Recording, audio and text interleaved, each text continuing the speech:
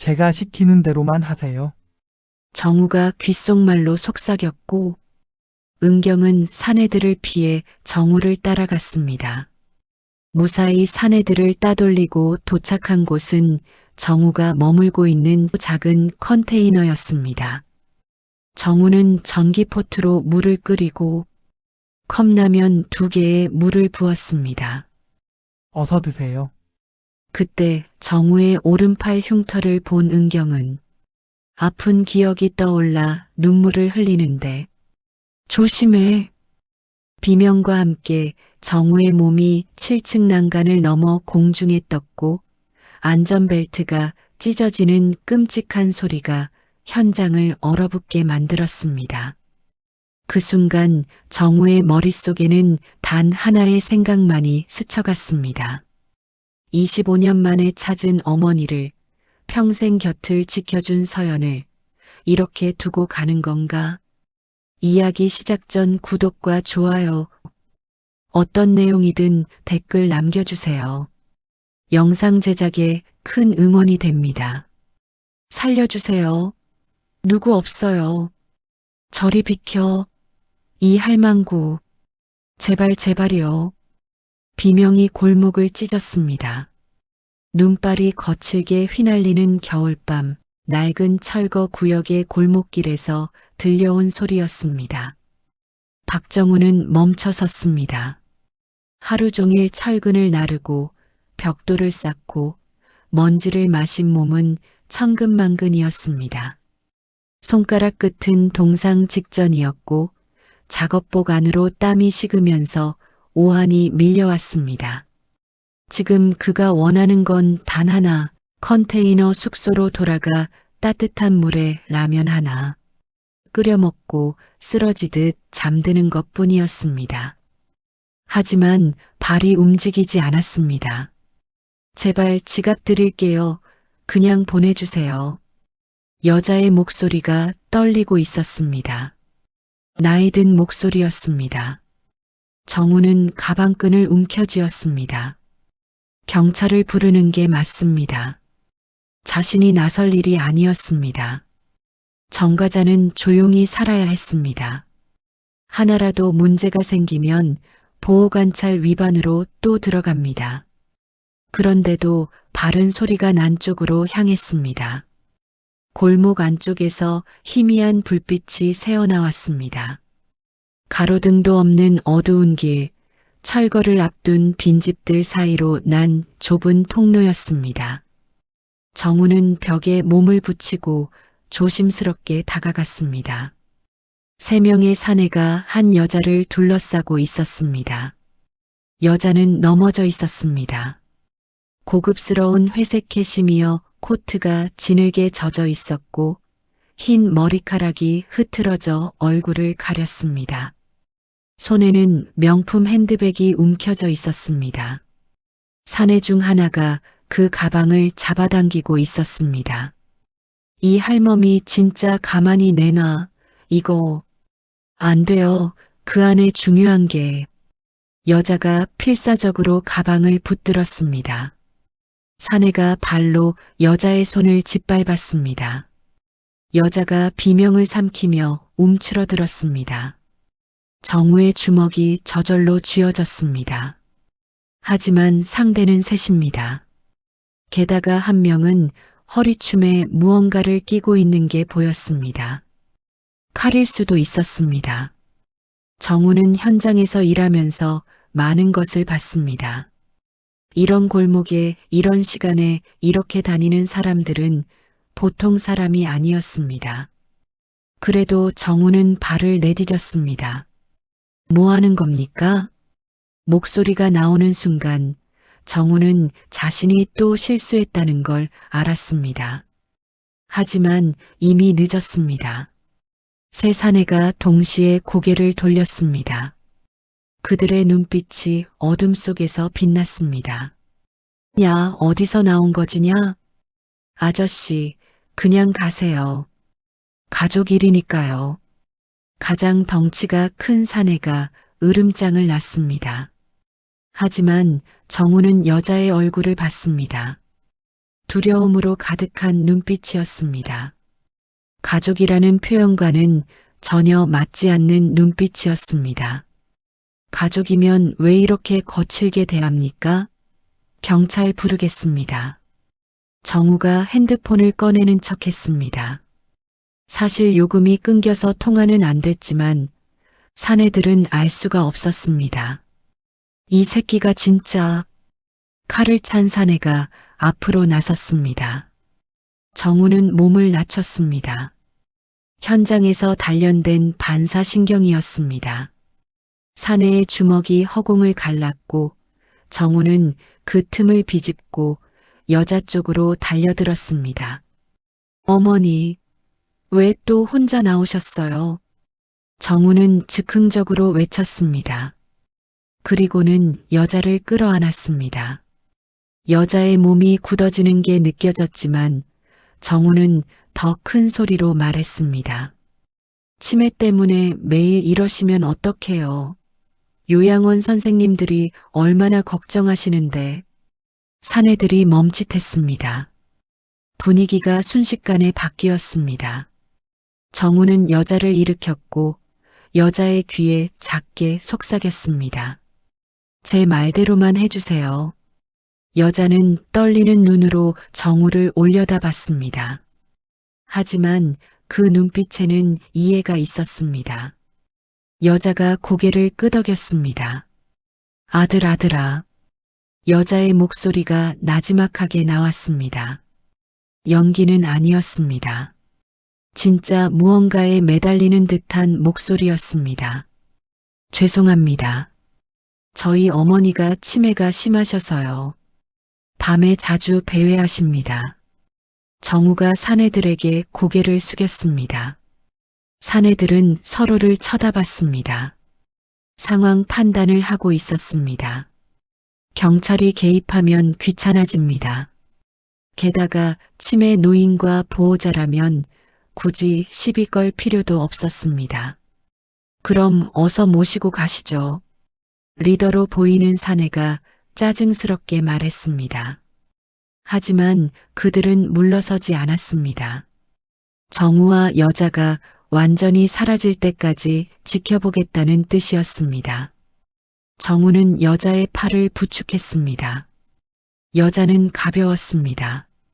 뼈만 남은 것처럼 가벼웠습니다. 두 사람은 천천히 골목을 빠져나왔습니다. 정우는 뒤를 돌아보지 않았습니다. 하지만 등 뒤로 새 사내의 시선이 따라붙는 게 느껴졌습니다. 큰 길로 나오자 여자가 휘청거렸습니다. 정우가 황급히 받쳐줬습니다. 여자는 정우의 팔에 기댄 채 거친 숨을 몰아쉬었습니다. 괜찮으세요? 고맙습니다. 여자의 목소리가 떨렸습니다. 이제야 가로등 불빛 아래서 여자의 얼굴이 제대로 보였습니다. 주름이 있었지만 품위가 느껴지는 얼굴이었습니다. 그리고 눈빛에는 오래된 슬픔 같은 것이 깃들어 있었습니다. 경찰에 신고하시는 게 좋겠습니다. 아닙니다. 괜찮습니다. 여자가 고개를 저었습니다. 정우는 이상했지만 더 묻지 않았습니다. 사람들에겐 각자의 사정이 있었습니다. 그럼 택시라도 불러드릴까요? 저기. 여자가 정우의 얼굴을 올려다봤습니다. 그리고 갑자기 눈을 크게 떴습니다. 마치 유령을 본 사람처럼 놀란 표정이었습니다. 정우는 당황했습니다. 왜 그러세요? 아닙니다. 죄송합니다. 여자가 황급히 고개를 돌렸습니다. 하지만 그 눈빛을 정우는 놓치지 않았습니다. 충격과 혼란, 그리고 무언가 간절한 것이 섞인 눈빛이었습니다. 눈은 더 거세게 내렸습니다. 하얀 눈송이들이 두 사람의 어깨에 쌓였습니다. 낡은 골목과 새로 지어질 빌딩 사이, 과거와 미래 사이 어딘가에서 두 사람은 말없이 서 있었습니다. 그날 밤 아무도 몰랐습니다. 25년 전에 끊어진 인연의 실이 다시 이어지기 시작했다는 것을요. 저 차 또 오고 있어요. 뭐라고요? 저 검은 차요. 아까 그 사람들이 탄 차예요.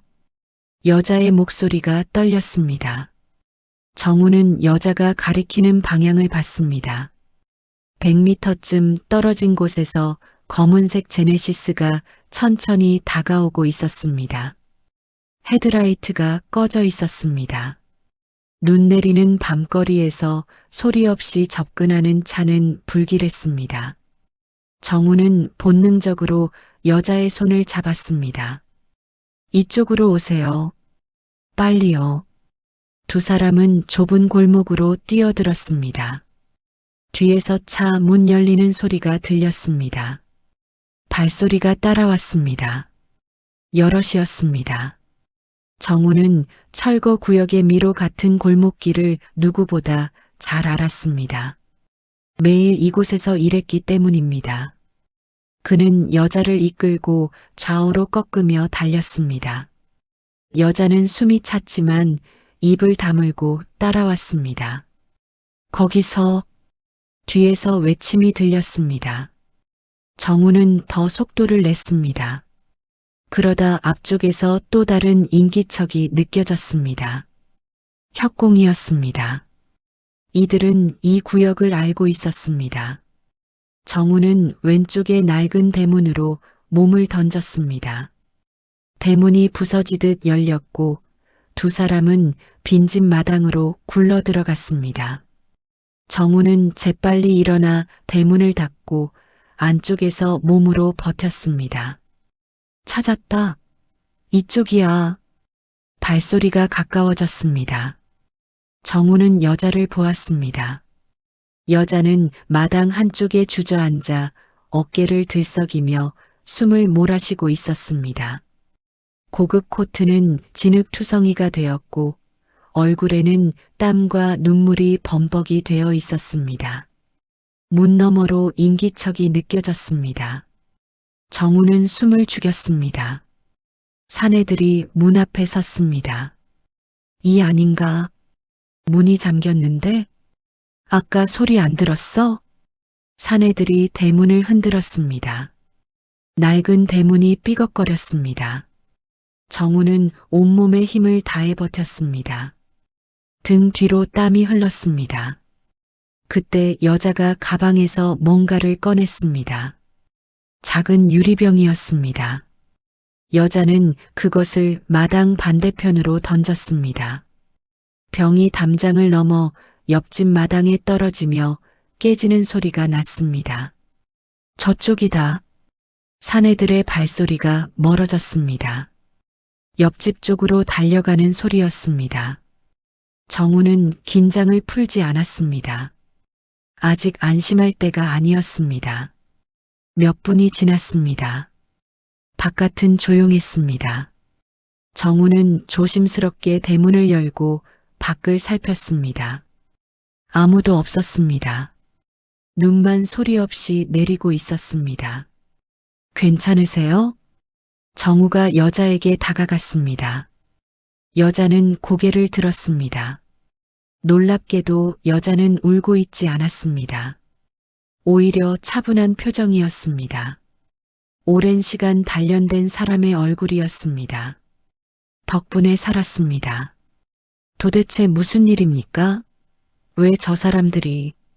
말씀드릴 수 없습니다. 위험해집니다. 당신이요. 여자의 목소리에는 단호함이 있었습니다. 정우는 더 묻지 않았습니다. 하지만 한 가지는 확실했습니다. 이 여자는 보통 사람이 아니었습니다. 집이 어디십니까? 바래다 드리겠습니다. 아닙니다. 혼자 갈 수 있습니다. 지금 상황이 보이지 않으세요? 혼자 가시면 또 당합니다. 정우의 목소리가 강했습니다. 여자는 정우를 똑바로 쳐다봤습니다. 그 눈빛에는 뭔가 측량하는 것 같은 느낌이 있었습니다. 마치 정우의 속을 들여다보려는 것 같았습니다. 당신 이름이 뭡니까? 박정우입니다. 나이는 33입니다. 여자의 얼굴이 미세하게 경련했습니다. 정우는 그 표정을 읽을 수 없었습니다. 여자는 잠시 눈을 감았다가 다시 떴습니다. 제 숙소가 가깝습니다. 거기서 좀 쉬시죠. 따뜻한 것이라도 드리겠습니다. 숙소요? 컨테이너입니다만 춥지는 않습니다. 여자는 고개를 끄덕였습니다. 정우는 여자를 부축해 일으켰습니다. 두 사람은 조심스럽게 빈집을 나왔습니다. 골목은 여전히 조용했습니다. 사내들은 다른 곳을 뒤지고 있는 것 같았습니다. 정우의 컨테이너는 철거 현장 임시 사무소 옆에 있었습니다. 작은 공간이었지만 전기는 들어왔고 작은 전기 히터가 있었습니다. 정우는 문을 열고 여자를 안내했습니다. 좁습니다. 괜찮습니다. 여자가 들어섰습니다. 컨테이너 안은 단순했습니다. 좁은 침대, 작은 테이블, 그리고 구석에 쌓인 몇 권의 책. 벽에는 작업 일정표가 붙어 있었고 낡은 작업복들이 걸려 있었습니다. 정우는 전기포트로 물을 끓였습니다. 그리고 컵라면 2개를 꺼냈습니다. 그게 지금 줄 수 있는 전부였습니다. 변변치 못합니다. 충분합니다. 여자가 뜨거운 컵을 두 손으로 감쌌습니다. 그 손이 떨리고 있었습니다. 긴장이 풀리면서 오는 반응이었습니다. 정우는 자신의 잠바를 벗어 여자의 어깨에 걸쳐줬습니다. 고맙습니다. 천천히 드세요. 두 사람은 말없이 라면을 먹었습니다. 밖에서는 눈이 계속 내렸습니다. 컨테이너 지붕을 두드리는 눈소리만이 들렸습니다. 여자가 먼저 입을 열었습니다. 왜 도와주셨습니까? 그냥요. 그냥은 없습니다. 위험했습니다. 당신도 다칠 수 있었어요. 정우는 라면, 국물을 마시며 생각했습니다. 왜였을까요? 그는 답을 알았지만 말하기가 부끄러웠습니다. 예전에 제가 어려울 때 어떤 분이 도와주셨습니다. 그분이 그러시더라고요. 받은 만큼 돌려주라고. 그분은 지금 어디 계십니까? 돌아가셨습니다. 정우의 목소리가 낮아졌습니다. 여자는 더 묻지 않았습니다.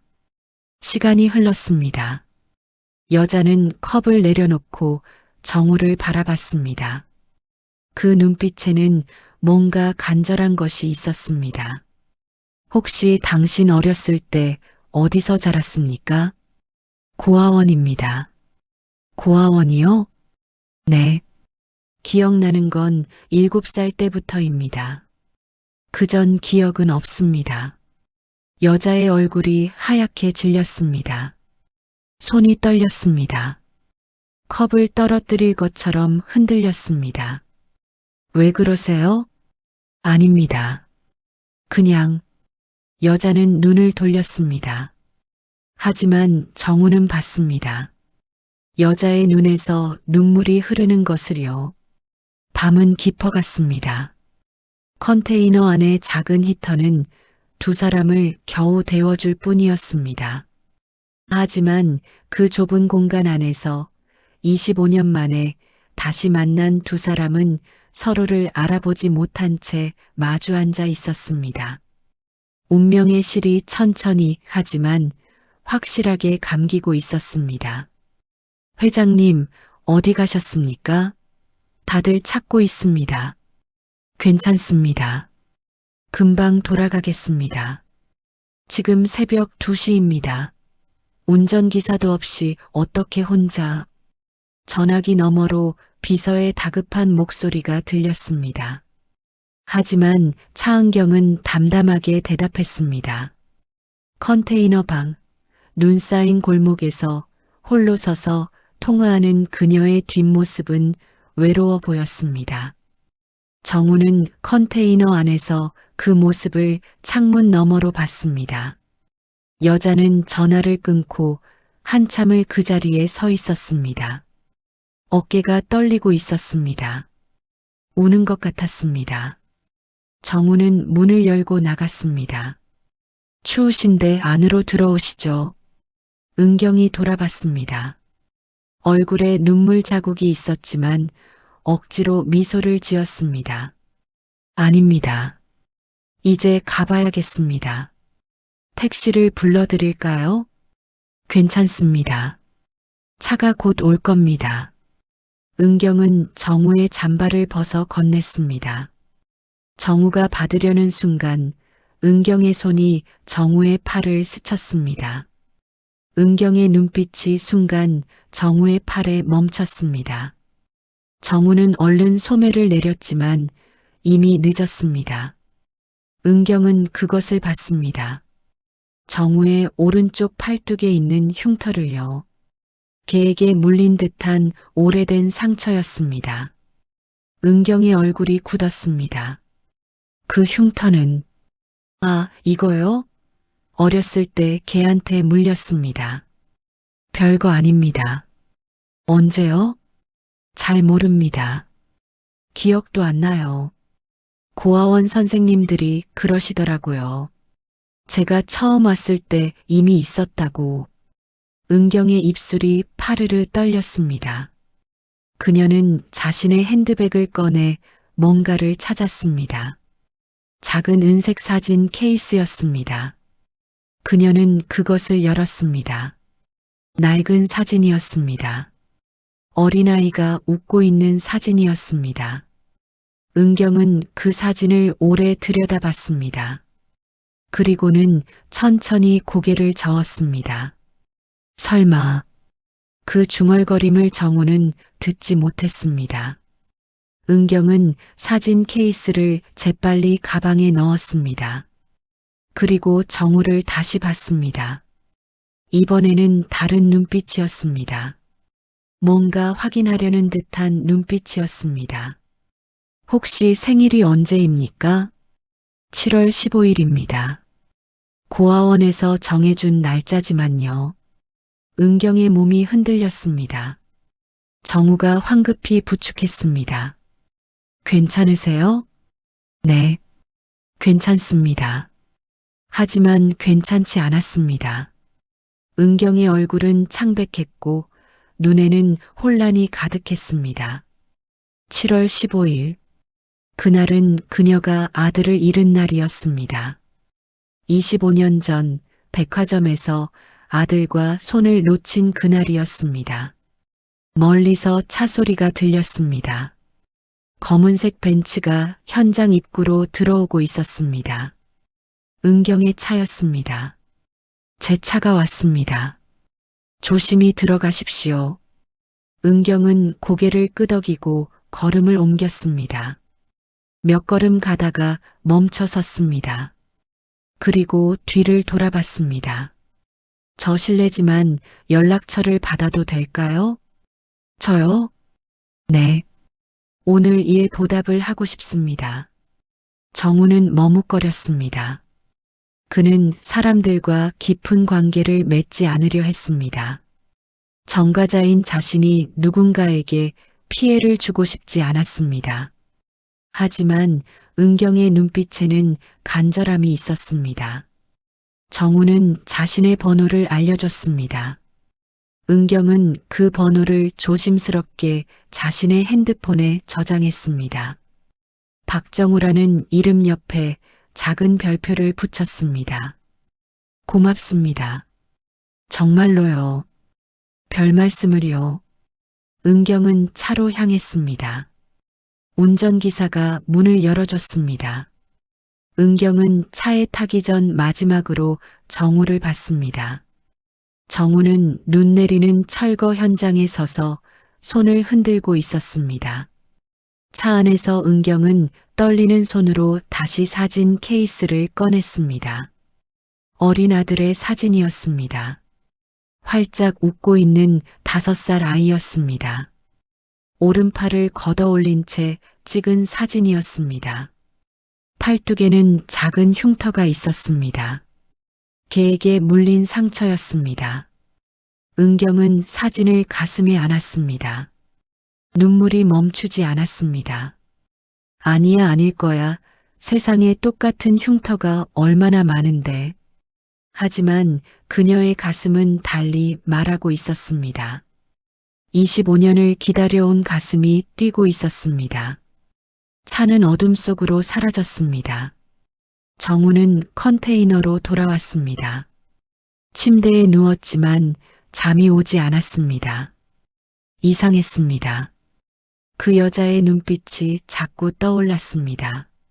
슬픔과 그리움과 무언가 간절한 것이 섞인 눈빛이었습니다. 왜 자신을 그렇게 봤을까요? 왜 생일을 물었을까요? 왜 흉터를 그렇게 뚫어지게 봤을까요? 정우는 자신의 팔뚝을 만져봤습니다. 오래된 흉터였습니다. 아물지 않은 과거의 상처였습니다. 고아원 선생님들은 그게 어디서 생긴 건지 몰랐습니다.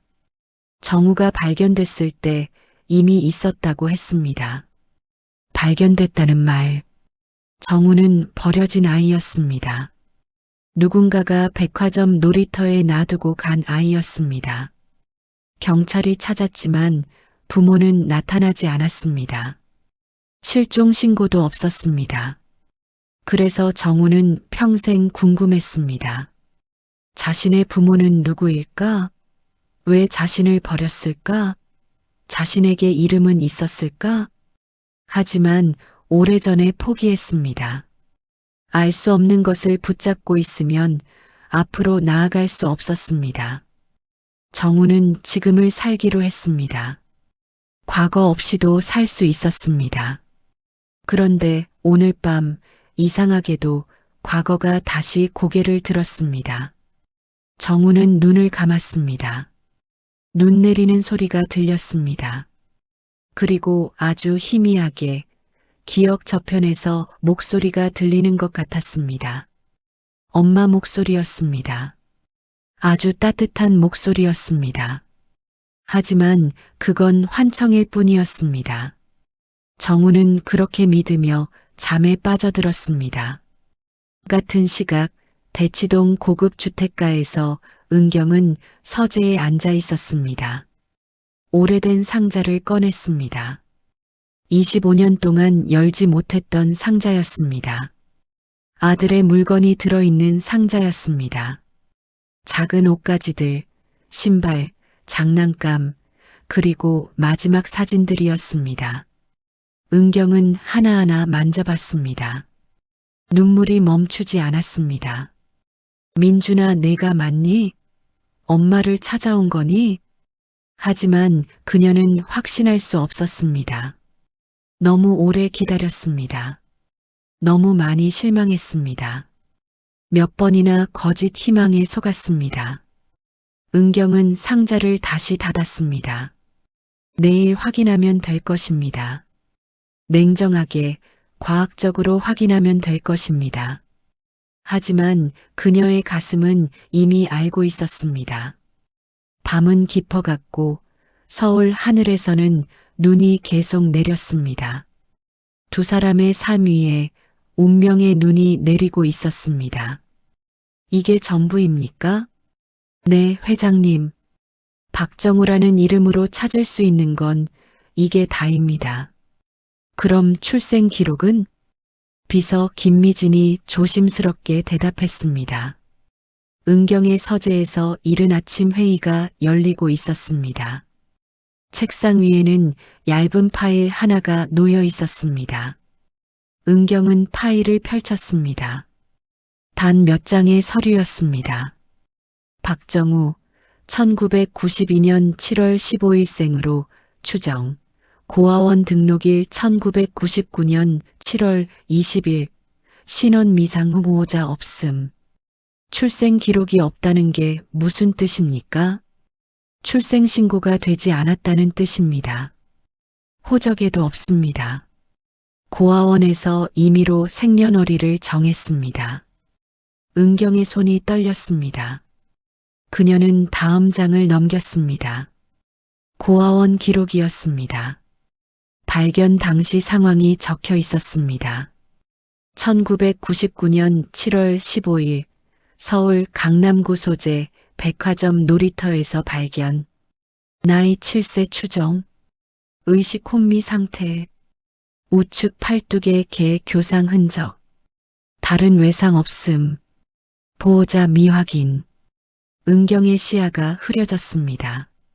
1999년 7월 15일. 그날이었습니다. 자신이 아들 민준이의 손을 놓친 날이었습니다. 백화점 놀이터에서였습니다. 회장님 괜찮으십니까? 미진의 목소리가 들렸지만 은경은 대답하지 못했습니다. 25년 전 그날이 생생하게 떠올랐습니다. 백화점 세일 기간이었습니다. 사람들로 북적였습니다. 잠깐, 정말 잠깐 손을 놓았습니다. 전화를 받느라 정신이 팔렸습니다. 돌아보니 민준이가 없었습니다. 미친 듯이 찾았습니다. 경찰을 불렀습니다. 방송을 했습니다. CCTV를 뒤졌습니다. 하지만 민준이는 나타나지 않았습니다. 실종자 신고를 했지만 아무런 소식이 없었습니다. 누군가 데려간 것 같았습니다. 유괴일 거라고 생각했습니다. 협박 전화를 기다렸습니다. 하지만 아무 연락도 오지 않았습니다. 그렇게 25년이 흘렀습니다. 회장님, 더 조사해 드릴까요? 미진의 질문에 은경은 정신을 차렸습니다. 그녀는 파일을 덮었습니다.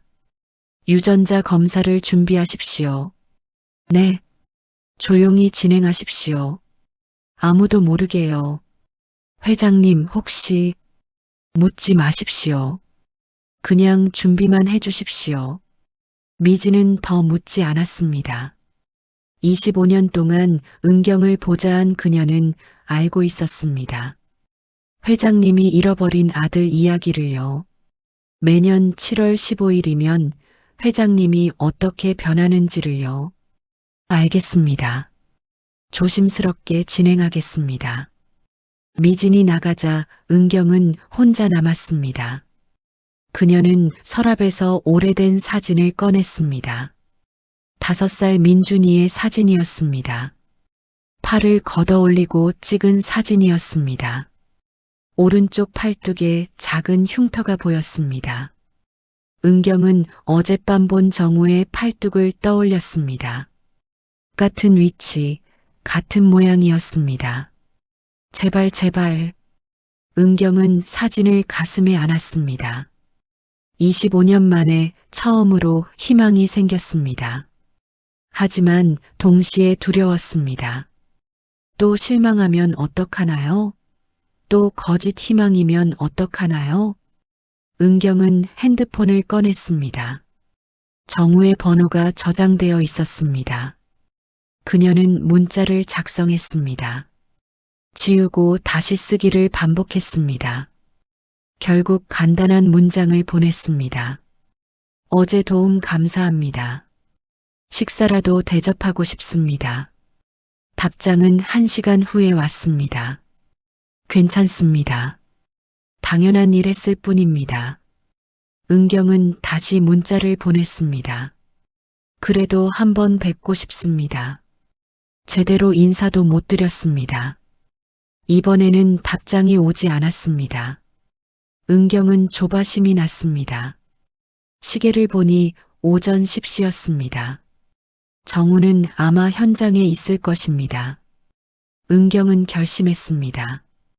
그녀는 옷을 갈아입고 차를 몰았습니다. 어제 그 철거 현장으로 향했습니다. 현장은 붐볐습니다. 인부들이 바쁘게 움직이고 있었습니다. 은경은 입구 경비원에게 물었습니다. 박정우라는 분 계십니까? 박정우?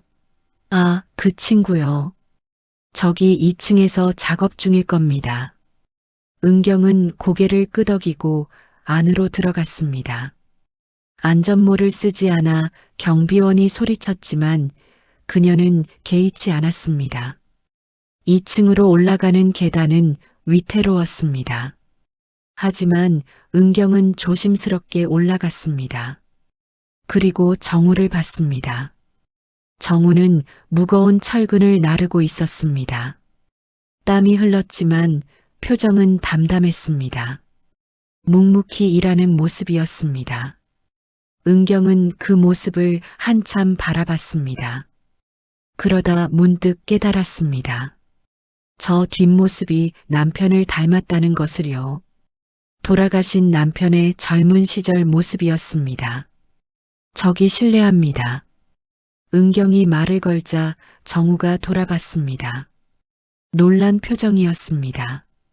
어제 그 왜 여기까지 식사 대접하고 싶다고 문자 보냈는데 답이 없으셔서요. 아, 죄송합니다. 현장에서는 핸드폰을 잘 못 봅니다. 정우가 손을 털며 다가왔습니다. 얼굴에 먼지가 묻어 있었지만 눈빛은 맑았습니다. 아무튼 괜찮습니다. 저는 별일 아니었으니까요. 저에게는 큰일이었습니다. 은경의 목소리가 떨렸습니다.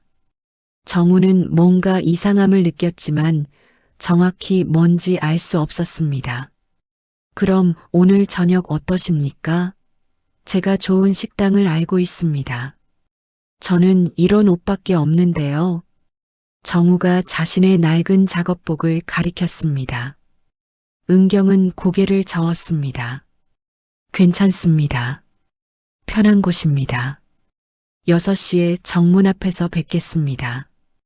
은경은 정우가 거절하기 전에 서둘러 계단을 내려갔습니다. 정우는 그녀의 뒷모습을 멍하니 바라봤습니다. 이상한 사람이네. 하지만 정우는 약속을 지키기로 했습니다. 거절할 이유가 없었습니다. 그저 밥 한 끼일 뿐이었습니다. 저녁 6시 정우는 씻고 나와 현장 정문 앞에 섰습니다. 입을 만한 옷이 없어 그냥 깨끗한 청바지에 후드티를 입었습니다. 은경의 차가 도착했습니다. 검은색 벤츠였습니다. 운전기사가 문을 열어줬습니다. 타십시오. 네. 정우는 어색하게 차에 탔습니다. 고급 승용차는 처음이었습니다. 가죽 시트 냄새가 낯설었습니다. 차는 강남 쪽으로 향했습니다. 정우는 창밖을 봤습니다. 화려한 네온 사인들이 지나갔습니다. 자신과는 다른 세계였습니다. 불편하시죠? 은경이 말을 걸었습니다. 조금요. 죄송합니다. 다른 방법이 없어서요.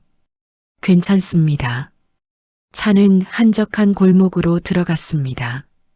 작은 한식당 앞에 멈췄습니다. 간판도 없는 집이었습니다. 여기입니다.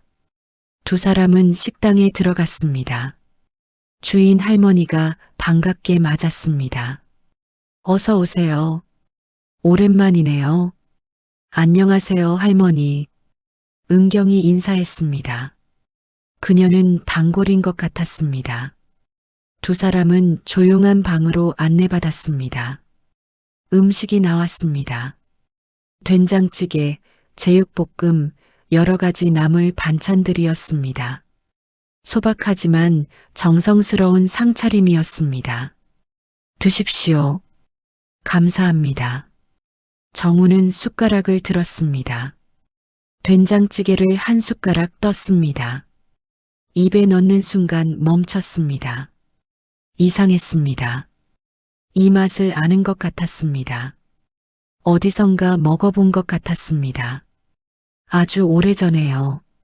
맛이 어떻습니까? 좋습니다. 정우는 계속 먹었습니다. 밥을 한 숟가락 떴습니다. 나물을 집었습니다.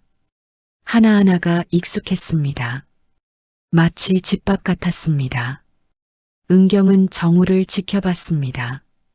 정우의 먹는 모습, 숟가락 드는 법, 반찬을 집는 순서까지 모든 것이 남편을 닮았습니다. 혹시 이 식당에 온 적 있으십니까? 아니요. 처음입니다. 그런데 익숙해 보이시네요. 그렇습니까? 저도 모르게 그렇게 먹었나 봅니다. 정우는 웃었습니다. 하지만 속으로는 혼란스러웠습니다. 정말로 익숙했습니다. 이 맛, 이 냄새, 이 분위기 모든 것이요. 식사가 끝났습니다. 은경은 조심스럽게 입을 열었습니다. 저기 실례가 안 된다면 하나만 부탁해도 될까요? 네, 말씀하세요. 유전자 검사를 받아주실 수 있겠습니까? 정우는 멈췄습니다. 예상치 못한 질문이었습니다. 유전자 검사요? 왜요? 은경은 눈을 감았습니다. 그리고 천천히 말했습니다. 제가 25년 전에 아들을 잃었습니다. 백화점에서였습니다. 그날 이후로 찾지 못했습니다. 정우의 얼굴이 굳었습니다. 혹시 저를 확신할 수 없습니다. 하지만 가능성은 있습니다. 같은 날, 같은 장소, 같은 흉터까지요. 정우는 자신의 팔뚝을 만졌습니다. 오래된 흉터였습니다. 그것이 자신과 이 여자를 연결하는 실마리일까요? 저는 모르겠습니다. 기억이 없어서요. 알고 있습니다. 그래서 과학적으로 확인하고 싶습니다. 제발이요. 은경의 눈에 눈물이 고였습니다. 정우는 그 눈빛을 차마 외면할 수 없었습니다. 알겠습니다. 해보겠습니다. 은경은 정우의 손을 잡았습니다. 떨리는 손이었습니다. 고맙습니다.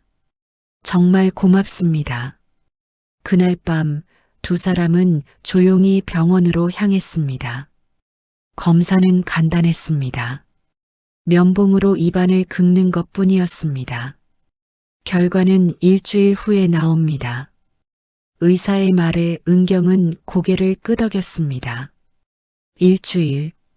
그녀는 25년을 기다렸습니다. 일주일쯤이야 기다릴 수 있었습니다. 하지만 그 일주일이 영원처럼 느껴질 것을 그녀는 알고 있었습니다.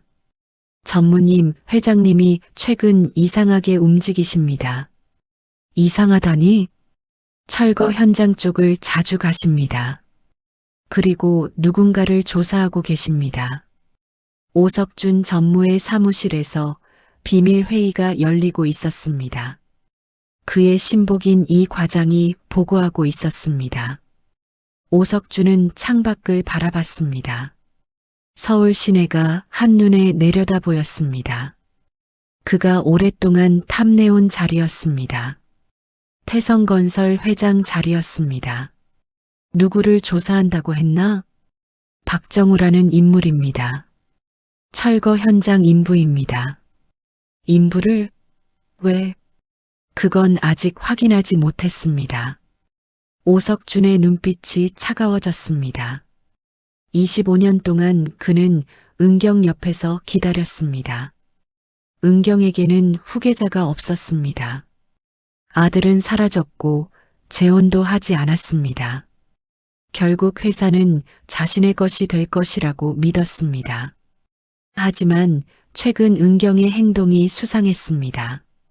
뭔가 찾고 있었습니다. 그리고 그것이 자신의 계획을 망칠 수도 있었습니다. 그 박정우라는 사람, 철저히 조사하게. 약점을 찾아. 알겠습니다. 이 과장이 나가자 오석준은 서랍에서 오래된 파일을 꺼냈습니다. 25년 전 사건 기록이었습니다. 은경의 아들 실종 사건이었습니다. 그는 그날을 기억했습니다. 혼란스러운 백화점, 울부짖는 은경, 그리고 사라진 아이였습니다.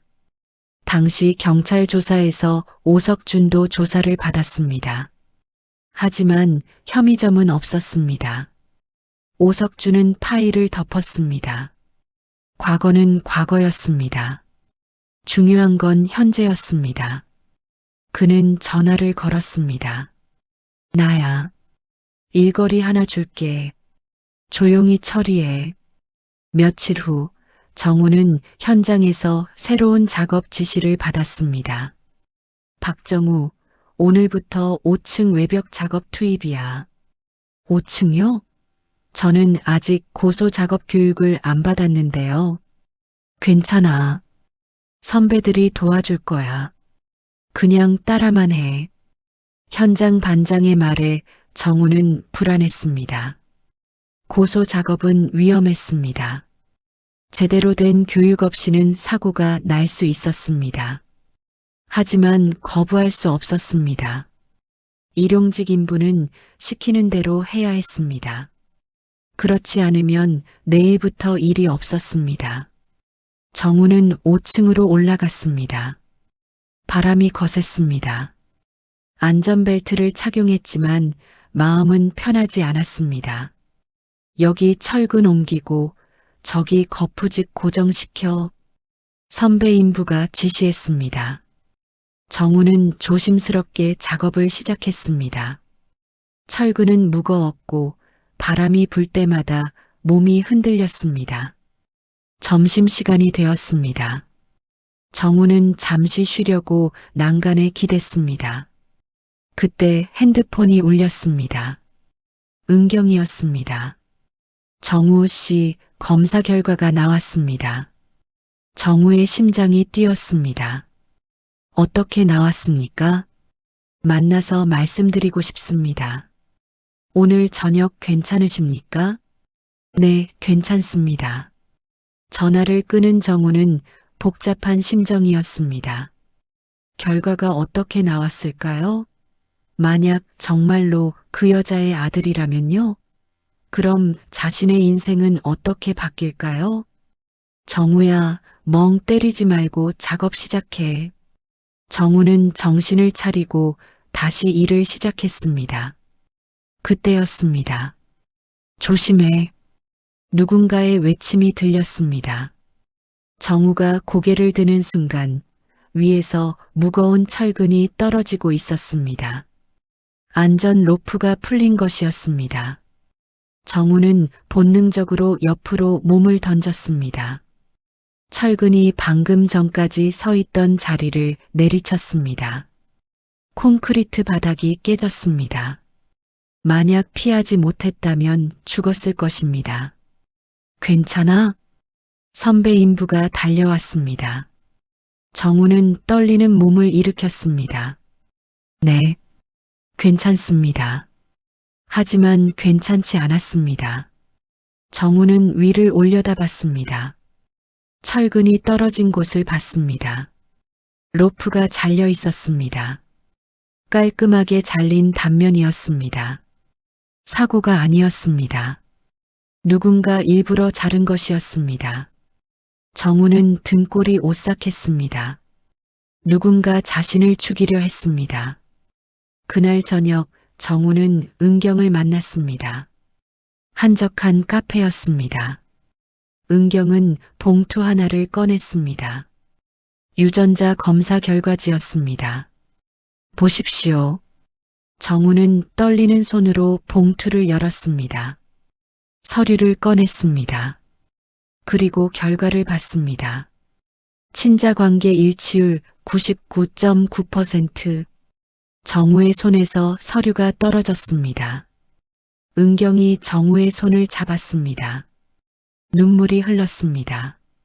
민준아, 정말 내가 맞구나. 정우는 말을 잃었습니다. 머릿속이 하얗게 비었습니다. 자신에게 어머니가 있었다는 것, 그 어머니가 25년 동안 자신을 찾았다는 것, 그리고 이제 찾았다는 것. 모든 게 꿈만 같았습니다. 하지만 동시에 두려웠습니다. 오늘 현장에서 있었던 일이 떠올랐습니다. 누군가 자신을 죽이려 했습니다. 그리고 그것은 이 여자와 관련이 있을 것 같았습니다. 저 오늘 현장에서 사고가 있었습니다. 정우가 말했습니다. 은경의 얼굴이 굳었습니다. 사고라니? 철근이 떨어졌습니다. 로프가 잘려 있었습니다. 은경은 즉시 이해했습니다. 오석준이었습니다. 그가 움직인 것이었습니다. 위험합니다. 당장 그 현장을 그만두십시오. 하지만 제가 다른 곳을 찾아드리겠습니다. 아니, 돈 걱정은 하지 마십시오. 그게 아닙니다. 정우가 고개를 저었습니다. 저는 제 힘으로 살고 싶습니다. 어머니라고 부르기도 아직 어색하고요. 은경은 아팠지만 이해했습니다. 정우는 25년 동안 혼자 살았습니다. 갑자기 가족이 생겼다고 해서 바로 적응할 수는 없었습니다. 알겠습니다. 하지만 조심하십시오. 제 주변은 위험합니다. 누가 위험한 겁니까? 제 매제입니다. 오석준 전무요. 그는 회사를 노리고 있습니다. 당신이 나타나면 그의 계획이 망가집니다. 정우는 이해했습니다. 재벌가의 어두운 면이었습니다. 그럼 저를 숨겨야 하는 거 아닙니까? 아닙니다. 은경의 눈빛이 단호해졌습니다. 이제 숨지 않을 겁니다. 당신은 제 아들입니다. 당당하게 세상에 알릴 겁니다. 정우는 은경을 봤습니다. 그 눈빛에는 25년간의 고통과 기다림, 그리고 이제는 지킬 것이 생긴 어머니의 결연함이 있었습니다. 밤이 깊어갔습니다. 두 사람은 각자의 집으로 돌아갔습니다. 하지만 둘 다 잠들 수 없었습니다. 정우는 침대에 누워 천장을 봤습니다. 자신에게 어머니가 생겼습니다. 가족이 생겼습니다. 하지만 동시에 적도 생겼습니다. 어떻게 해야 할까요? 은경은 서재에서 전화를 걸었습니다. 신뢰하는 변호사였습니다. 내일 아침 긴급 이사회를 소집하십시오. 중요한 발표가 있습니다. 전쟁이 시작되려 하고 있었습니다. 어머니와 아들, 그리고 그들을 둘러싼 사람들의 전쟁이었습니다. 정우야, 밥은 먹고 다니니? 서연아, 나 괜찮아. 괜찮긴 뭐가 괜찮아. 얼굴이 완전 상했잖아. 김서연은 정우의 얼굴을 들여다보며 걱정스러운 표정을 지었습니다. 동네 병원 간호사인 그녀는 정우의 오랜 친구였습니다. 아니, 친구 이상이었습니다. 고등학교 때부터 정우를 지켜본 유일한 사람이었습니다. 그날도 서연은 퇴근길에 정우의 컨테이너를 찾았습니다. 도시락 2개를 들고 왔습니다. 정우가 제대로 먹지 못한다는 걸 알고 있었기 때문입니다. 요즘 이상해. 뭔가 있지? 서연이 날카롭게 물었습니다. 정우는 시선을 피했습니다. 말할 수 없었습니다. 자신에게 어머니가 생겼다는 것도 누군가 자신을 죽이려 한다는 것도요. 별일 없어. 그냥 일이 좀 힘들어서 그래. 거짓말. 내가 일 힘들다고 얼굴 상한 적 없잖아. 서연은 정우를 너무 잘 알았습니다. 16살 때 처음 만났습니다. 정우가 친구를 지키려다 싸움에 휘말렸을 때 유일하게 정우 편을 들어준 사람이었습니다. 다른 사람들은 모두 정우를 의심했지만 서연은 믿어줬습니다. 그때부터였습니다. 서연은 정우 곁을 지켰습니다. 정과자가 된 정우를, 취업이 안 되는 정우를, 하루하루 버티는 정우를 묵묵히 지켜봤습니다. 정우야, 나한테는 말해도 돼. 우리 얼마나 오래 알았는데. 정우는 서연을 봤습니다. 그 눈빛에는 진심이 있었습니다. 정우는 한숨을 쉬었습니다. 사실은 복잡한 일이 생겼어. 정우는 조심스럽게 말했습니다. 은경과의 만남, 유전자 검사, 그리고 현장에서의 사고까지 모든 것을 털어놨습니다. 서연은 말없이 들었습니다. 표정이 점점 굳어갔습니다. 그러니까 내가 재벌가 아들이라고? 그런 셈이지. 그리고 누군가 너를 죽이려 한다고? 그런 것 같아. 서연은 정우의 손을 꽉 잡았습니다. 당장 그만둬. 그 현장 나와. 어디 가서 뭐해? 다른 현장도 마찬가지야. 그럼 그 엄마 아니 회장님이 도와주시겠다잖아. 그건 싫어. 정우의 목소리가 단호했습니다. 나는 내 힘으로 살고 싶어. 갑자기 엄마가 생겼다고 해서 기대고 싶지 않아. 25년 동안 혼자 살았어. 앞으로도 혼자 살 수 있어. 서연은 답답했지만 이해했습니다. 정우는 그런 사람이었습니다. 자존심이 강했습니다. 남에게 기대는 걸 싫어했습니다. 바보 정말 바보야. 서연의 눈에 눈물이 고였습니다. 정우는 어색하게 웃었습니다. 울지 마. 괜찮을 거야. 하지만 괜찮지 않았습니다. 다음 날부터 현장 분위기가 이상해졌습니다. 반장의 눈빛이 달라졌습니다. 동료들이 정우를 피했습니다. 그리고 작업 지시가 점점 더 위험해졌습니다. 박정우, 오늘은 7층 외벽 작업이야. 7층이요? 거기는 안전시설이 아직 시키는 대로 해. 싫으면 나가도 돼. 반장의 말투가 거칠었습니다. 정우는 항의할 수 없었습니다. 일을 잃을 수 없었습니다. 정우는 7층으로 올라갔습니다. 바람이 더 거셌습니다. 안전난간도 제대로 설치되지 않았습니다. 한 발만 잘못 디디면 추락하는 높이였습니다. 정우는 조심스럽게 작업을 시작했습니다. 철근을 옮기고 거푸집을 고정하고 콘크리트를 부었습니다. 온몸이 긴장으로 굳었습니다. 점심시간이었습니다. 정우는 잠시 쉬려고 구석에 앉았습니다. 도시락을 꺼냈습니다. 서연이 싸준 것이었습니다. 김치볶음밥과 계란말이가 들어 있었습니다.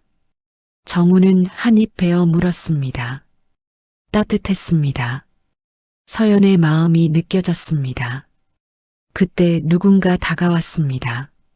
낯선 인부였습니다. 어제부터 현장에 나온 사람이었습니다. 담배 있어요? 아니요, 저 안 피웁니다. 그래요? 남자는 정우 옆에 앉았습니다. 정우는 불편했지만 내색하지 않았습니다. 남자는 담배에 불을 붙이고 연기를 뿜었습니다. 여기 높네요.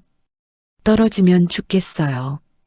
남자의 말에 정우는 몸이 굳었습니다. 위협이었습니다. 분명한 위협이었습니다. 그러니까 조심해야죠. 조심한다고 다 되나요? 사고는 갑자기 나는 거죠. 남자는 의미심장하게 웃었습니다. 그리고는 일어나 사라졌습니다. 정우는 등에 식은땀이 흘렀습니다. 저녁 무렵 정우는 은경에게 전화를 받았습니다. 정우 씨, 괜찮으십니까? 네, 괜찮습니다. 현장에서 이상한 일은 없습니까? 정우는 말하려다 멈췄습니다. 걱정시키고 싶지 않았습니다. 없습니다. 하지만 은경은 알고 있었습니다. 그녀는 사람을 시켜 정우를 지켜보고 있었습니다.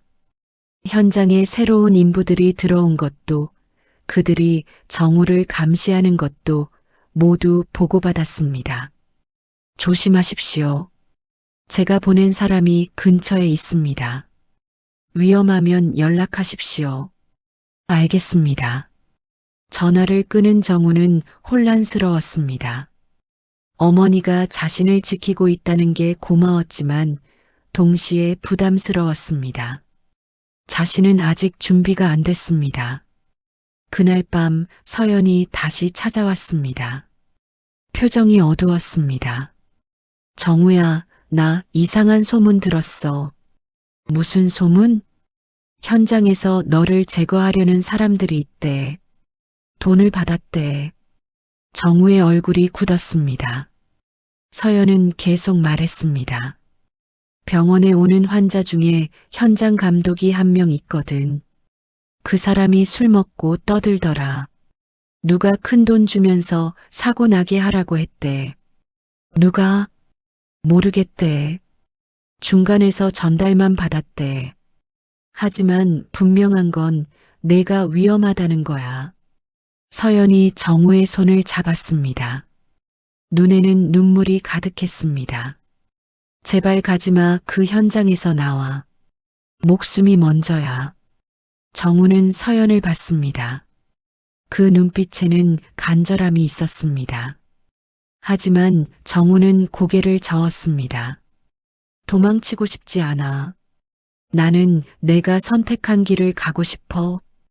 그게 죽는 길이어도, 그래도. 서연은 울었습니다. 정우는 그녀를 안아줬습니다. 두 사람은 말없이 서로를 안고 있었습니다. 밤이 깊어갔습니다.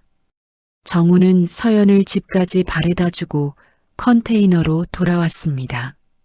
침대에 누웠지만 잠이 오지 않았습니다. 창밖을 봤습니다. 어둠 속에서 누군가 서 있는 것 같았습니다. 은경이 보낸 경호원일 것입니다. 정우는 쓴웃음을 지었습니다. 자신은 이제 혼자가 아니었습니다.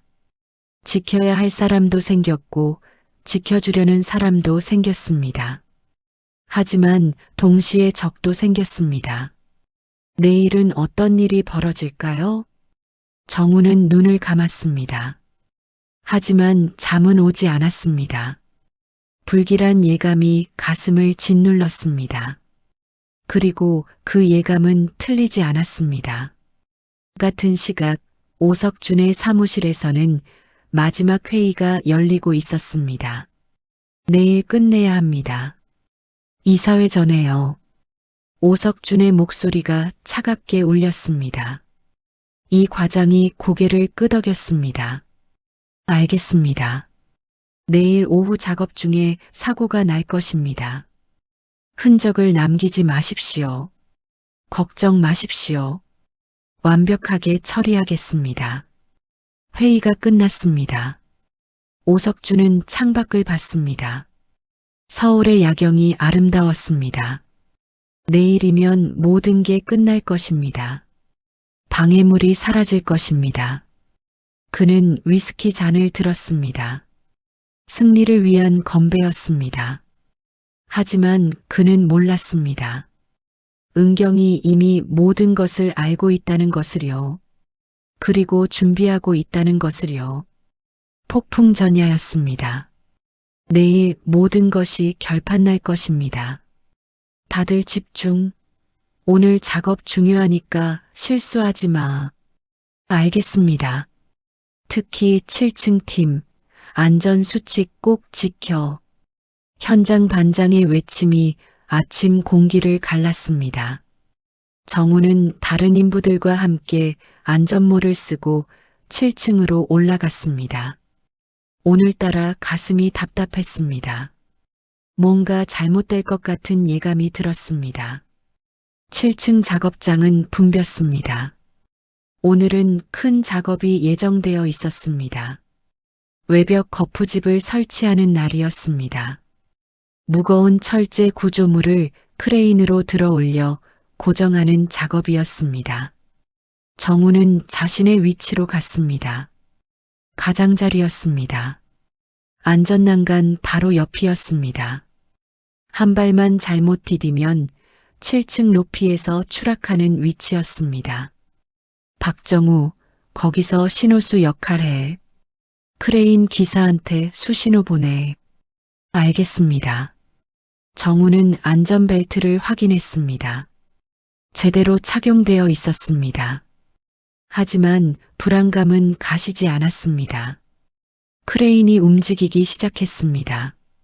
무거운 철제 거푸집이 천천히 들어 올려졌습니다. 정우는 손을 들어 신호를 보냈습니다. 크레인이 조금씩 가까이 왔습니다. 그때였습니다. 뒤에서 누군가 부딪혔습니다. 강하게 밀쳤습니다. 정우는 균형을 잃고 비틀거렸습니다. 안전난간 쪽으로 밀려났습니다. 조심해. 누군가 소리쳤습니다. 하지만 이미 늦었습니다. 정우의 발이 헛디뎠습니다. 몸이 공중에 떴습니다. 안전벨트가 정우를 잡았습니다. 순간 안도했습니다. 하지만 그 순간 끔찍한 소리가 들렸습니다. 찢어지는 소리였습니다. 안전벨트가 찢어지고 있었습니다. 낡은 벨트가 아니었습니다. 누군가 미리 칼집을 내놓은 것이었습니다. 안 돼. 정우는 난간을 붙잡으려 했습니다. 손이 쇠파이프를 스쳤습니다. 하지만 잡을 수 없었습니다. 벨트가 완전히 끊어졌습니다. 정우는 떨어졌습니다. 7층 높이였습니다. 아래는 콘크리트 바닥이었습니다. 정우는 본능적으로 몸을 웅크렸습니다. 시간이 느리게 흘렀습니다. 쿵! 정우의 몸이 3층 안전망에 부딪혔습니다. 안전망이 정우의 낙하를 잡았습니다. 하지만 충격은 엄청났습니다. 정우는 의식을 잃었습니다. 사고다. 어서 119 불러. 빨리, 빨리. 현장이 아수라장이 되었습니다. 인부들이 달려왔습니다. 누군가 119에 전화를 걸었습니다. 누군가는 안전망으로 내려가 정우를 확인했습니다. 숨은 쉬고 있어요.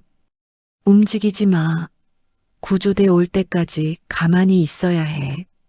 소식은 빠르게 퍼졌습니다. 서연에게도 전화가 갔습니다.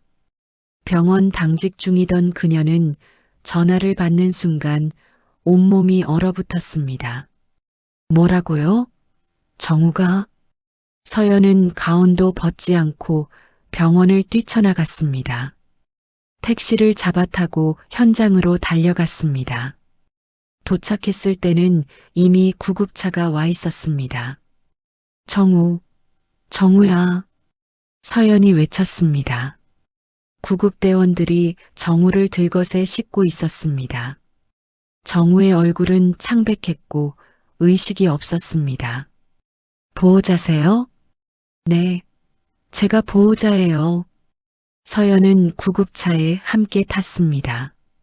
구급차가 출발했습니다. 사이렌 소리가 도심을 갈랐습니다. 환자 상태가 어떻습니까? 의식 없음, 다발성 골절 의심, 내부 출혈 가능성 있음. 빨리 가야 합니다. 구급대원의 말에 서연의 눈에서 눈물이 흘렀습니다. 정우의 손을 잡았습니다. 차가웠습니다. 정우야, 죽지마, 제발 죽지마. 같은 시각, 은경은 회의 중이었습니다. 그때 비서 미진이 급하게 들어왔습니다. 회장님, 큰일입니다. 무슨 일입니까? 정우 씨가 현장에서 추락했습니다. 지금 응급실로 가고 있습니다. 은경의 얼굴이 하얗게 질렸습니다. 손에 들고 있던 서류가 떨어졌습니다. 뭐라고요? 7층에서 떨어졌다고 합니다. 안전벨트가 끊어졌다고. 은경은 더 이상 듣지 않았습니다. 그녀는 회의실을 뛰쳐나갔습니다. 엘리베이터를 기다릴 수 없어 계단으로 내려갔습니다. 지하 주차장으로 달려갔습니다. 병원, 빨리.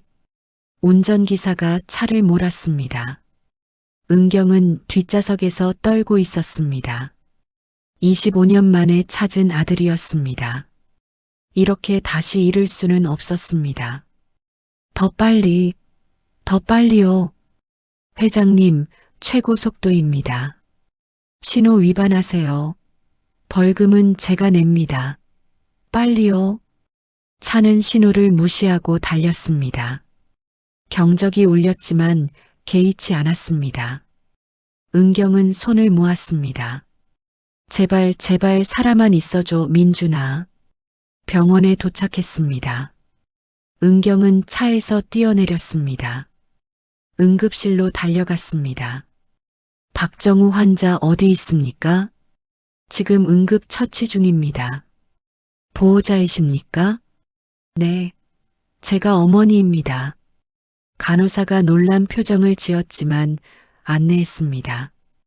은경은 응급실 안으로 들어갔습니다. 커튼 뒤에서 의료진이 바쁘게 움직이고 있었습니다. 혈압 떨어지고 있습니다. 수혈 준비, CT 촬영 먼저, 내부 출혈 확인 필요합니다. 의사들의 외침이 들렸습니다. 은경은 다가가려 했지만 간호사가 막았습니다. 보호자는 밖에서 기다려 주셔야 합니다. 아들이에요. 제 아들이라고요. 알고 있습니다. 하지만 지금은 방해하시면 안 됩니다. 은경은 밖으로 밀려났습니다. 복도에 주저앉았습니다. 눈물이 쏟아졌습니다. 서연이 다가왔습니다. 그녀도 울고 있었습니다. 회장님, 누구신지. 김서연입니다. 정우의 친구입니다. 두 여자는 서로를 봤습니다. 같은 사람을 걱정하는 눈빛이었습니다. 은경은 서연의 손을 잡았습니다. 괜찮을 거예요. 걱정하는 일 없을 거예요. 누구를 위로하는 말인지 알 수 없었습니다. 시간이 흘렀습니다. 1시간, 2시간, 3시간이 지났습니다. 응급실 문이 열렸습니다. 의사가 나왔습니다. 은경과 서연이 동시에 일어났습니다. 어떻습니까? 일단 위급한 상황은 넘겼습니다. 내부 출혈은 없었고 골절은 심하지만 생명에는 지장 없습니다. 그럼, 다만 아직 의식이 돌아오지 않았습니다. 뇌진탕이 있어서 경과를 지켜봐야 합니다. 은경은 그 자리에 주저앉았습니다. 살았습니다. 아들이 살았습니다. 감사합니다. 정말 감사합니다. 정우는 중환자실로 옮겨졌습니다. 은경과 서연은 유리창 너머로 정우를 봤습니다. 온몸에 붕대가 감겨 있었고 각종 장치가 연결되어 있었습니다. 하지만 숨을 쉬고 있었습니다. 살아 있었습니다. 은경은 유리창에 손을 댔습니다. 미안해, 엄마가 미안해, 지켜주지 못해서. 서연도 울었습니다. 두 여자는 그렇게 밤새 정우를 지켰습니다. 그날 밤 은경은 결심했습니다. 더 이상 참지 않기로 했습니다. 누가 아들을 해치려 했는지 알고 있었습니다. 이제 끝낼 시간이었습니다. 은경은 미진에게 전화했습니다. 내일 긴급 이사회를 소집하십시오. 모든 증거를 준비하십시오. 녹취록, 금융거래 내역, 25년 전 사건 기록까지 모두요. 알겠습니다, 회장님. 그리고 경찰도 대기시키십시오. 체포가 있을 것입니다. 은경의 목소리는 차가웠습니다. 어머니의 분노였습니다. 오석주는 자신이 무엇을 건드렸는지 몰랐습니다. 어머니의 분노가 얼마나 무서운지 몰랐습니다. 내일 모든 것이 끝날 것입니다. 밤은 깊어갔고 중환자실의 불빛만이 어둠 속에서 빛나고 있었습니다. 회장님, 이사들이 모두 모였습니다. 경찰은요? 대기 중입니다. 신호만 주시면 들어오겠습니다. 은경은 고개를 끄덕였습니다. 그녀는 거울을 봤습니다. 밤새 울어서 눈이 부었지만 화장으로 가렸습니다. 오늘은 약한 모습을 보일 수 없었습니다. 오늘은 회장의 얼굴이 필요했습니다. 태성건설 본사 회의실은 긴장감으로 가득했습니다. 이사들이 자리에 앉아 수군거렸습니다. 긴급 이사회는 흔한 일이 아니었습니다. 무슨 일인지 아무도 몰랐습니다. 오석준도 자리에 앉아 있었습니다. 그는 여유로워 보였습니다. 은경이 뭘 하려는지 짐작하고 있었습니다. 아마 아들 이야기를 하려는 것 같았습니다. 하지만 이미 늦었습니다. 그 아들은 어제 제거했으니까요. 문이 열렸습니다. 은경이 들어왔습니다. 그 뒤로 미진과 법무팀이 따라왔습니다. 그들은 두꺼운 파일들을 들고 있었습니다. 시작하겠습니다. 은경의 목소리가 회의실을 채웠습니다. 차갑고 단호한 목소리였습니다. 오늘 이사회를 소집한 이유는 두 가지입니다. 첫째, 중요한 발표가 있습니다. 둘째, 회사 내 비리를 공개하겠습니다. 이사들이 웅성거렸습니다. 오석준의 표정이 미세하게 변했습니다. 먼저 첫 번째 안건입니다. 은경은 프로젝터를 켰습니다. 화면에 사진이 떴습니다. 어린아이의 사진이었습니다. 25년 전 저는 아들을 잃었습니다. 여러분도 아실 것입니다. 그 사건을 말입니다.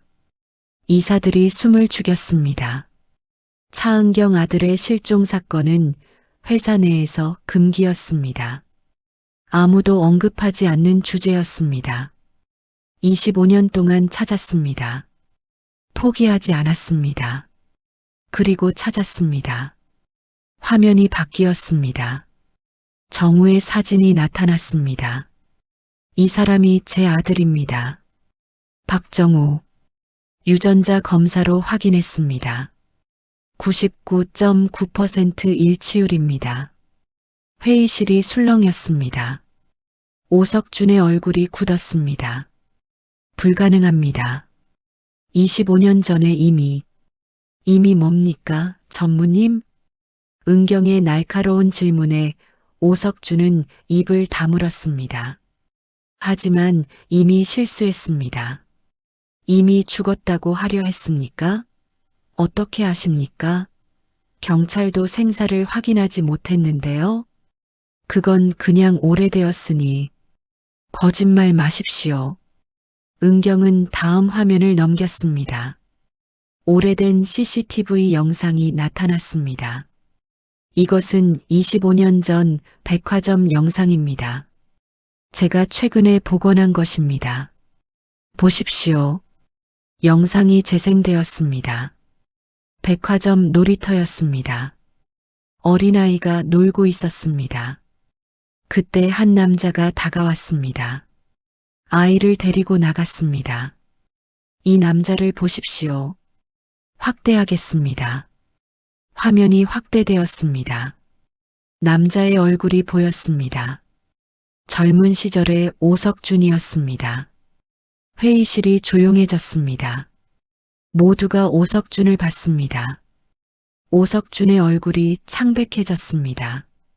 이건 조작입니다. 조작이 아닙니다. 국립과학수사연구원에서 검증받았습니다.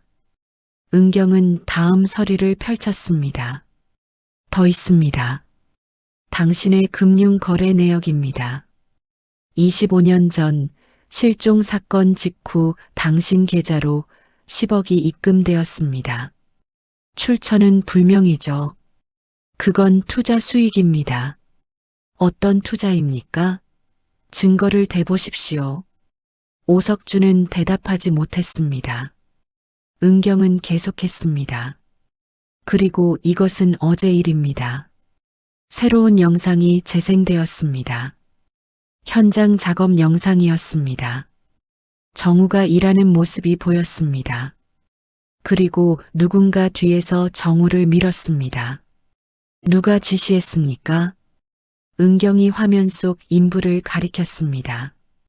그 순간 회의실 문이 열렸습니다. 경찰이 그 인부를 데리고 들어왔습니다. 이 사람이 자백했습니다. 당신이 돈을 주고 사고를 지시했다고요. 거짓말입니다. 저는 녹취록도 있습니다. 은경은 재생 버튼을 눌렀습니다. 오석준의 목소리가 회의실에 울렸습니다. 내일 끝내야 합니다. 이사회 전에요. 알겠습니다. 내일 오후 작업 중에 사고가 날 것입니다. 흔적을 남기지 마십시오. 걱정 마십시오. 완벽하게 처리하겠습니다. 회의실이 얼어붙었습니다. 오석준은 일어섰습니다. 이건 함정입니다. 조작된 증거입니다. 조작이 아닙니다. 당신 사무실에 도청 장치를 설치했습니다. 합법적으로요. 당신이 회사 자금을 횡령한다는 제보를 받았으니까요. 은경은 마지막 서류를 펼쳤습니다. 회사 자금 횡령 내역입니다. 10년간 총 50억을 빼돌렸습니다. 페이퍼 컴퍼니를 통해서요. 모두 증거가 있습니다. 오석준은 주저앉았습니다. 모든 게 끝났습니다. 완벽하게 끝났습니다. 은경은 경찰을 받습니다. 체포하십시오. 살인 미수, 유괴, 횡령 혐의로요. 경찰이 오석준에게 다가갔습니다. 수갑이 채워졌습니다. 차은경, 당신이 25년 동안 기다렸습니다. 당신이 왜 그랬는지 알고 싶었습니다. 말해보십시오. 왜 제 아들을 데려갔습니까? 오석준은 웃었습니다. 미친 듯이 웃었습니다. 왜긴 왜야. 회사 때문이지. 당신 아들이 살아있으면 나는 영원히 이인자야. 그래서 없앴어. 없애버렸어. 그런데 왜 죽이지 않았습니까? 죽일 수 없었어. 어린애를 그래서 멀리 버렸어. 다시는 못 찾을 곳에. 은경은 오석준을 똑바로 봤습니다. 당신은 괴물입니다. 인간이 아닙니다. 당신도 마찬가지야. 회사 때문에 아들을 방치했잖아. 그날도 전화 받느라 아들 손 놓쳤잖아. 우리는 똑같아. 은경은 대답하지 않았습니다. 그 말이 칼처럼 가슴을 찔렀습니다. 사실이었기 때문입니다. 경찰이 오석준을 끌고 나갔습니다. 회의실은 침묵에 잠겼습니다. 이사들은 아무 말도 하지 못했습니다. 은경은 자리에 앉았습니다. 제 아들은 현재 중환자실에 있습니다. 어제 사고로 중상을 입었습니다. 하지만 살아있습니다. 그리고 깨어날 것입니다. 회장님, 한 이사가 조심스럽게 말했습니다. 후계 구도는 어떻게? 그건 제 아들이 결정할 것입니다. 강요하지 않겠습니다. 다만 한 가지는 확실합니다. 제 아들은 이 회사의 정당한 상속자입니다. 이사들이 고개를 끄덕였습니다. 반대할 이유가 없었습니다. 회의가 끝났습니다. 은경은 병원으로 향했습니다. 정우가 있는 곳으로 달려갔습니다. 중환자실 앞에 서연이 서 있었습니다. 회장님, 정우가 눈을 떴어요. 은경의 가슴이 뛰었습니다. 그녀는 중환자실로 뛰어들어갔습니다. 정우가 누워 있었습니다. 눈을 뜨고 천장을 바라보고 있었습니다. 은경이 다가가자 정우가 고개를 돌렸습니다. 어머니? 그 한마디에 은경은 무너졌습니다. 정우의 손을 잡고 울었습니다. 미안해, 정말 미안해, 지켜주지 못해서. 괜찮습니다. 이렇게 살았잖아요. 정우가 미소 지었습니다. 약한 미소였지만 진심이 담긴 미소였습니다. 이제 정말 끝난 건가요? 네, 끝났습니다. 이제 시작입니다. 은경은 정우의 이마에 입을 맞췄습니다. 25년 동안 하지 못한 입맞춤이었습니다. 밖에서 서연이 울고 있었습니다. 기쁨의 눈물이었습니다. 긴 터널이 끝났습니다. 이제 빛이 보였습니다. 진짜 일어날 수 있어? 서연아, 나 괜찮아. 이 정도가 아니라 7층에서 떨어진 거잖아. 서연이 걱정스러운 눈으로 정우를 봤습니다. 정우는 침대에 앉아 있었습니다.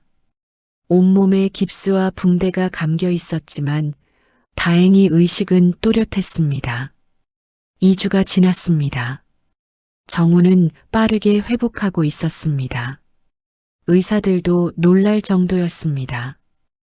젊음과 강인한 체력 덕분이었습니다. 오늘 퇴원하면 안 돼.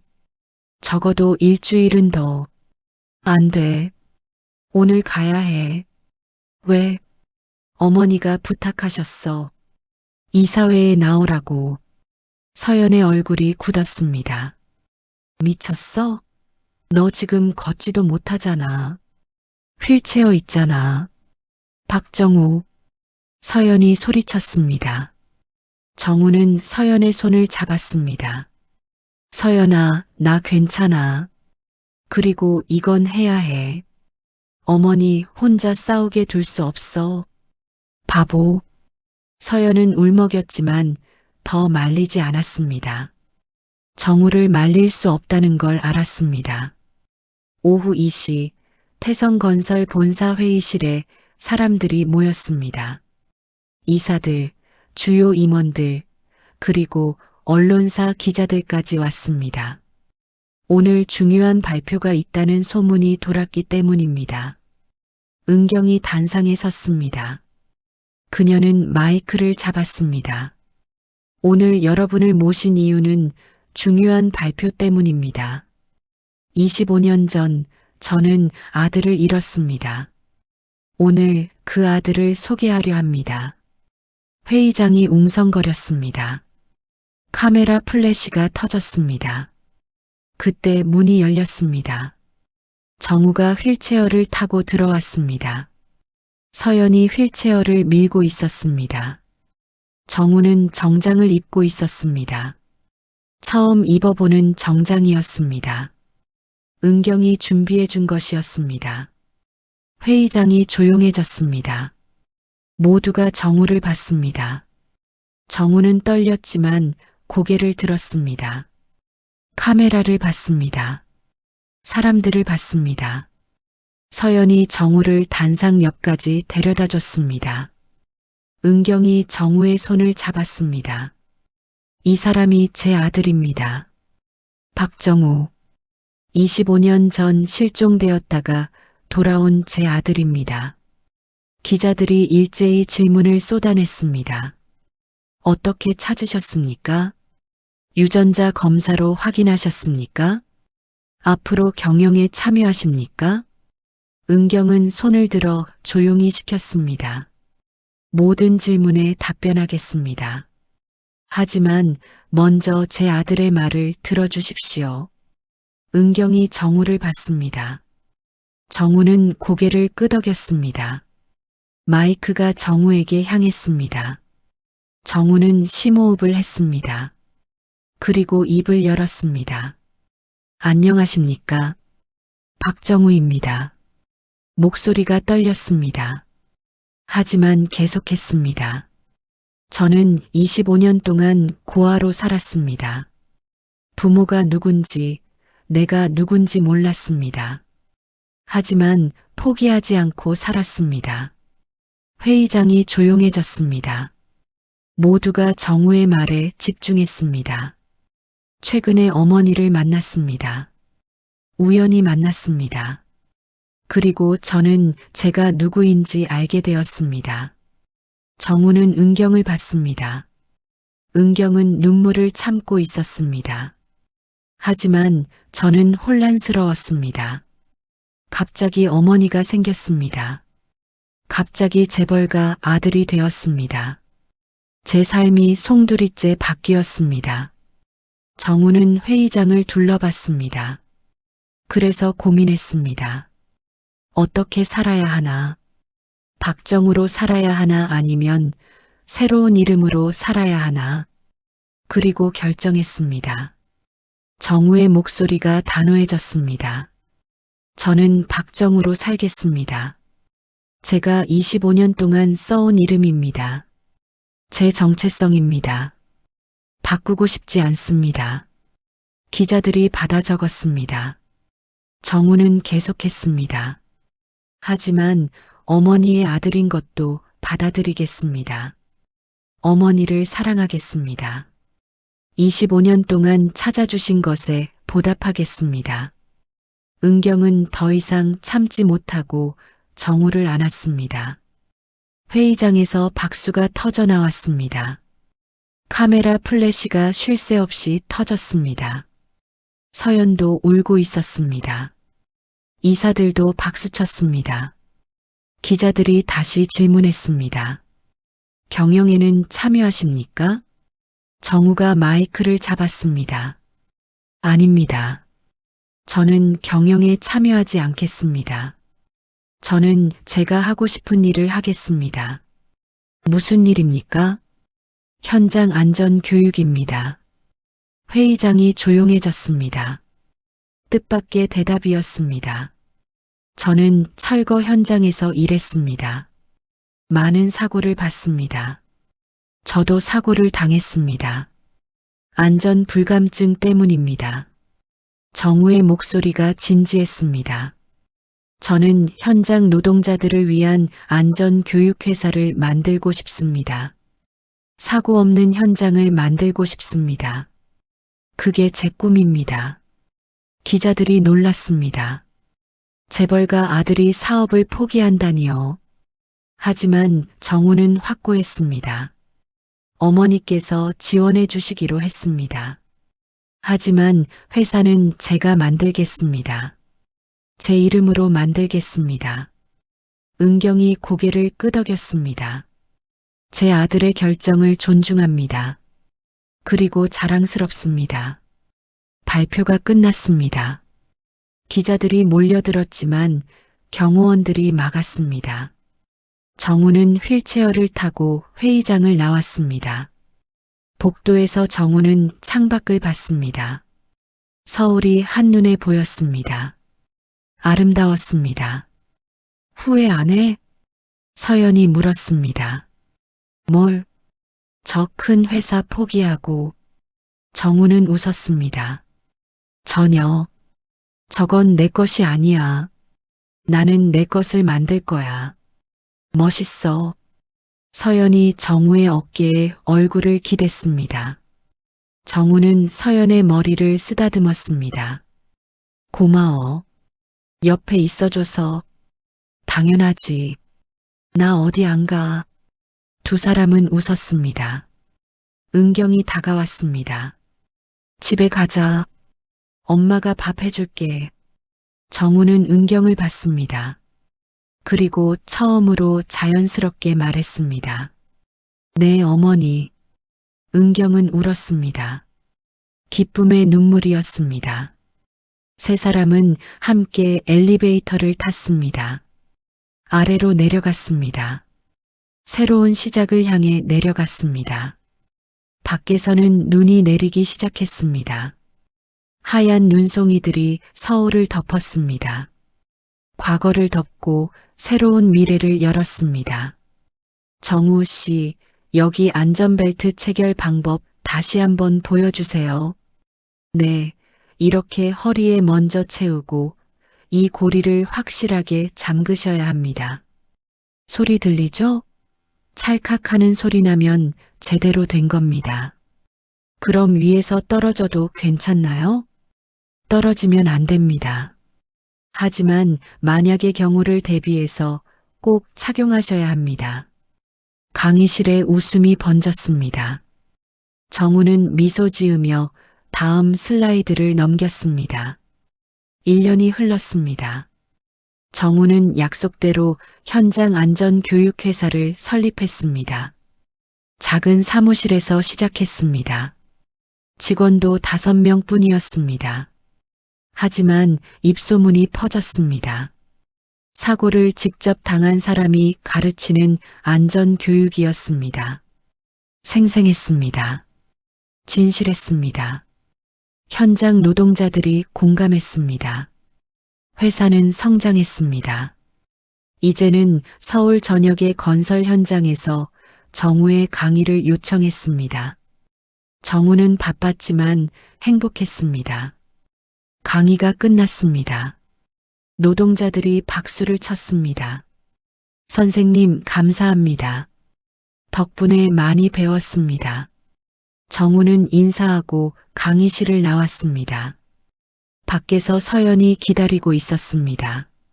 수고했어. 고마워. 점심 먹었어? 너 기다렸지. 두 사람은 근처 식당으로 갔습니다. 작은 한식당이었습니다. 단골집이었습니다. 오늘 저녁에 어머니 댁 가야 해. 알아. 준비했어. 서연이 가방에서 작은 상자를 꺼냈습니다. 예쁘게 포장되어 있었습니다. 뭔데?